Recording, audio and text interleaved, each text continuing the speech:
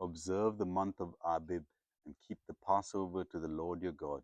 For in the month of Abib the Lord your God brought you out of Egypt by night. And you shall offer this Passover sacrifice to the Lord your God from the flock or the herd, at the place that the Lord will choose to make his name dwell there. You shall eat no unleavened bread with it. 7 days you shall eat it with unleavened bread, the bread of affliction. For you came out of the land of Egypt in haste, that all the days of your life may you remember the day when you came out of the land of Egypt. No leaven shall be seen with you in all your territory for 7 days, nor shall any of the flesh that you sacrifice on the evening of the first day remain all night until morning. You may not offer the Passover sacrifice within any of your towns that the Lord your God is giving you, but at the place that the Lord your God will choose, to make his name dwell in it. There you shall offer the Passover sacrifice in the evening at the sunset, at the time you came out of Egypt. And you shall cook it and eat it at the place that the Lord your God will choose. And in the morning you shall turn and go to your tents. For 6 days you shall eat unleavened bread. On the seventh day there shall be a solemn assembly to the Lord your God. You shall do no work on it. You shall count 7 weeks. Begin to count the 7th week, 7 weeks from the time the sickle is first put on the standing grain.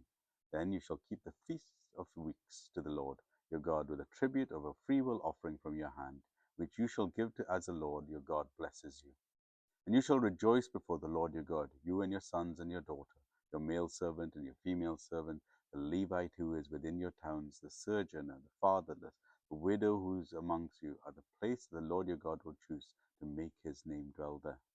You shall remember that you were a slave in Egypt, and you shall be careful to observe these statutes. You shall keep the Feast of Booths 7 days, when you have gathered in and produce the produce from your threshing floor and your winepress. You shall rejoice in your feast, you and your son and your daughter, your male servant and your female servant, the Levite, the sojourner, the fatherless, and the widow who are within your towns. For 7 days you shall keep the feast of the Lord your God in the place that the Lord will choose, because the Lord your God will bless you in all your produce and in all the works of your hand, so that you will be altogether joyful. 3 times a year all your males shall appear before the Lord your God in the place that he will choose, at the feast of unleavened bread, at the feast of weeks, and at the feast of booths. They shall not appear before the Lord empty-handed. Every man shall give as he is able, according to the blessing of the Lord your God that he has given you. You shall appoint judges and officers in all your towns that the Lord your God is giving you, according to your tribes, and they shall judge the people with righteous judgment. You shall not pervert justice, you shall not show partiality, and you shall not accept a bribe.